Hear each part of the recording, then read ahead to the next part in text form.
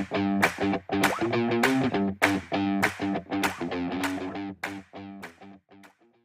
Friends, இன்றைக்கி நம்ம பார்க்க போகிறது கேப்சிகம் பொட்டேட்டோ கிரேவி. அதுக்கு ஒரு குக்கரில் தேவையான அளவு எண்ணெய் ஊற்றி கடுகு ஜீரகம் போட்டு பொரிஞ்சதுக்கப்புறம்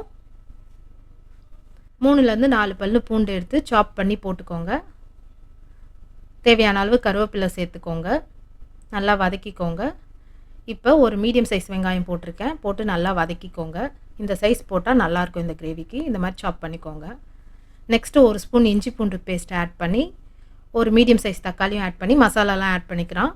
ஒரு மஞ்சத்தூள், மிளகாத்தூள், ஜீரகத்தூள், கரம் மசாலா, உப்பு, தேவையான அளவு உப்பு போட்டுக்கோங்க. நான் வீட்டு மிளகாத்தூள் ஆட் பண்ணியிருக்கேன், ஒரு ஸ்பூன் ஆட் பண்ணி நல்லா 1/4 கிளாஸ் தண்ணி ஊற்றி நல்லா கொதிக்க விடுங்க. தக்காளி நல்லா சாஃப்டாகணும். சாஃப்டானதுக்கப்புறம் ஒரு மீடியம் சைஸ் பொட்டேட்டோ ஆட் பண்ணியிருக்கேன், தோல் சீவிட்டு குட்டி குட்டியாக கட் பண்ணி போட்டுக்கோங்க. உங்களுக்கு எப்படி போடணுமோ போட்டுக்கலாம். போட்டு நல்லா மிக்ஸ் பண்ணி விடுங்க. ஒரு தேங்காய் பேஸ்ட் ஆட் பண்ணியிருக்கேன் பாருங்கள். இது வந்து 2 பீஸ் தேங்காய், ஒரு பச்சை மிளகாய் போட்டு நல்லா ஃபைன் பேஸ்ட்டாக அரைச்சி ஆட் பண்ணியிருக்கேன். நல்லா மிக்ஸ் பண்ணி விடுங்க. இது இந்த அளவுக்கு கொதித்து வந்ததுக்கப்புறம் ஒரு மீடியம் சைஸ் கேப்சிகம் ஆட் பண்ணிக்கோங்க.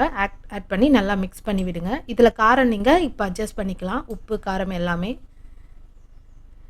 இப்போ தேவையான அளவு கொத்தமல்லி தூவி லிட் வச்சு க்ளோஸ் பண்ணி 2 விசில் விட்டிங்கன்னா பொட்டேட்டோ கேப்சிகம் கிரேவி ரெடி ஆயிடுச்சு. Thanks for watching our channel. Like and comment. Subscribe to our channel. Enjoy your food. Bye.